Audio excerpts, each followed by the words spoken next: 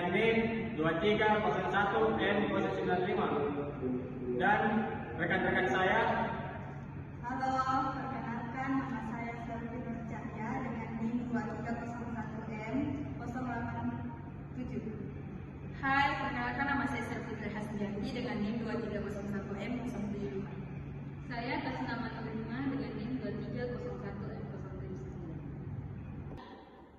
Kami dari kelompok 3 akan mempresentasikan materi yang berjudul laporan arus kas.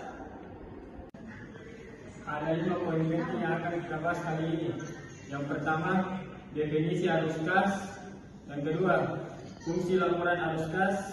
Yang ketiga, laporan arus kas. Yang keempat, penyajian laporan arus kas. Dan yang kelima, metode penyajian laporan arus kas. Definisi arus kas.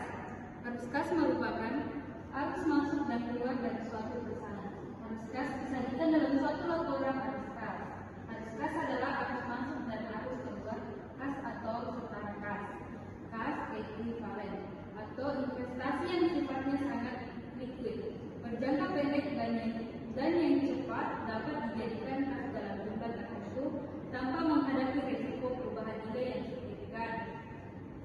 Arus kas adalah arus masuk operasi dengan pengeluaran yang dibutuhkan untuk mempertahankan arus kas operasi di masa mendatang.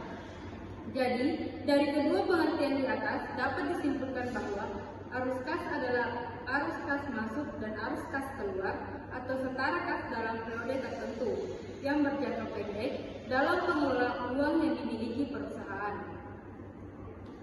Fungsi laporan arus kas ada 4, yaitu pertama, sebagai dasar pengambilan keputusan. Yang kedua, menilai dan mengevaluasi kemampuan perusahaan. Yang ketiga, melindungi transaksi investasi. Dan yang keempat, memberikan keterangan laba dan kas bersih. Laporan arus kas. Cash flow statement atau laporan arus kas adalah bagian dari laporan keuangan suatu perusahaan yang dihasilkan pada suatu periode akuntansi yang menunjukkan aliran masuk dan keluar uang kas perusahaan. Menurut Arthur J. Keon dan F. Scott, J.M. John D. Martin, J. William, P.T. setiap usulan pengeluaran modal capital expenditure selalu mengandung 2 macam arus kas, yaitu 1. Arus kas keluar neto, yaitu arus kas yang diperlukan untuk investasi baru. Yang kedua, arus kas masuk neto, yaitu sebagai hasil dari investasi baru tersebut yang sering disebut net cash proceeds. Cash inflow adalah arus kas yang terjadi dari kegiatan transaksi yang memberikan keuntungan kas atau penerimaan kas. Arus kas masuk cash inflow terdiri dari hasil penjualan produk atau jasa perusahaan, penagihan piutang dari penjualan kredit, penjualan aktiva tetap yang ada, penerimaan investasi dari pemilik atau saham bila berseroan terbatas, pinjaman atau hutang dari pihak lain. Cash outflow adalah arus kas yang terjadi dari kegiatan transaksi yang mengakibatkan beban pengeluaran kas. Arus kas keluar, cash outflow, terdiri dari pengeluaran biaya bahan baku, tenaga kerja langsung, dan biaya operasionalnya.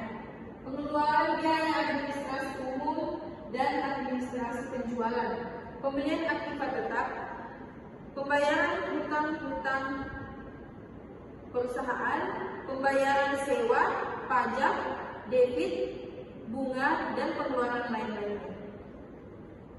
Metode penyajian laporan arus kas. Terdapat 2 bentuk metode penyajian laporan arus kas, yaitu yang pertama, metode langsung.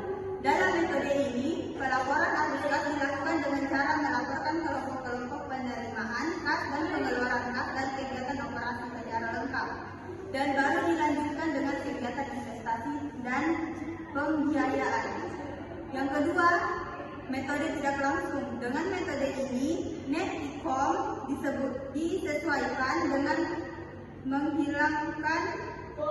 Yang ketiga, pengaruh transaksi yang masih belum direalisasi dari arus kas dan keluar dari transaksi yang lalu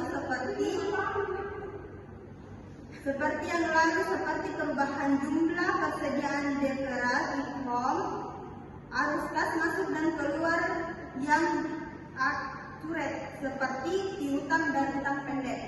Dan terakhir, pengaruh perkiraan yang terdapat dalam kelompok investasi dan pembiayaan yang tidak mempengaruhi kas seperti penyusutan, amortisasi, laba rugi, dan penjualan aktifat tetap dan dari operasi yang dihentikan yang berkaitan dengan kegiatan investasi, laba rugi, pembatalan utang, atau transaksi pembayaran.